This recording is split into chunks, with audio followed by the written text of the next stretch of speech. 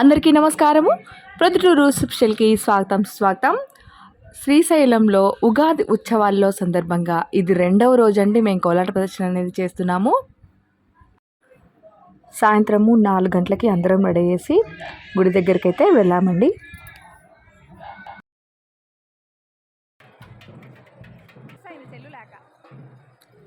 ఇక్కడ గుడిలో వచ్చేసి అలంకరణ అయితే ఎంత చెప్పినా తక్కువే అవుతుందండి. అంత అద్భుతంగా చేశారు.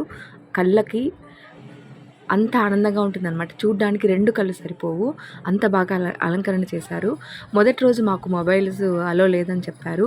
సో రెండవ రోజు మేము తీసుకెళ్ళి ఎలాగైనా సరే వీడియో చేసుకోవాలని చెప్పి తీసుకెళ్ళాము.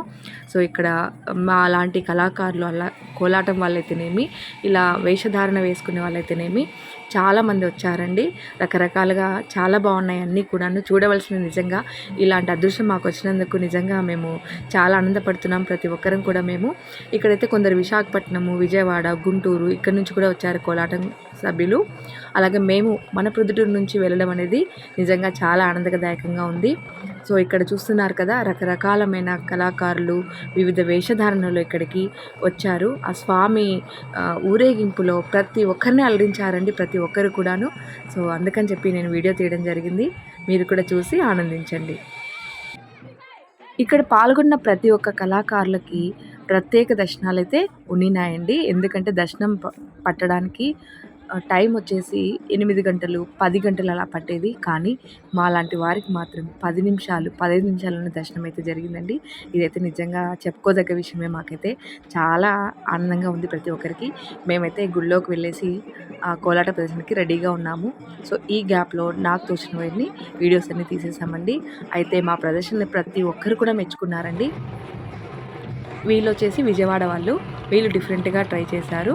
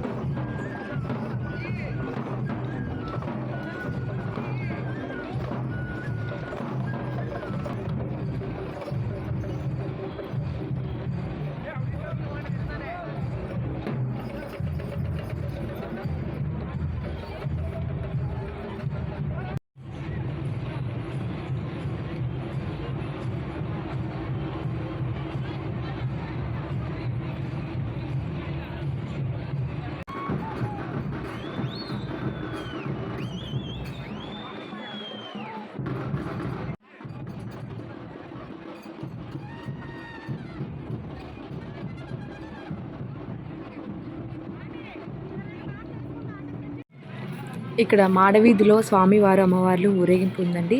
అలాగే అమ్మవారు కాళికాదేవి రూపంలో మనకు దర్శనమిస్తున్నారు. అలంకరణ అయితే అద్భుతంగా ఉంది. 2 కళ్ళు కూడా సరిపోవు చూడడానికి, అంత అద్భుతంగా ఉందండి.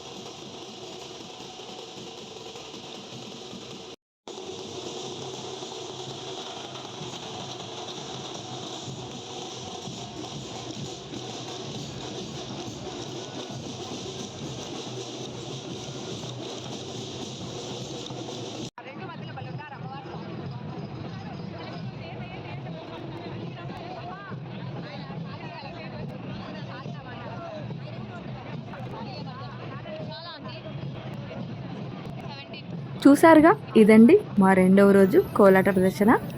ఈ వీడియో నచ్చినట్లయితే లైక్ చేయండి, షేర్ చేయండి, అలాగే సబ్స్క్రైబ్ చేసుకోండి. Thank you for watching.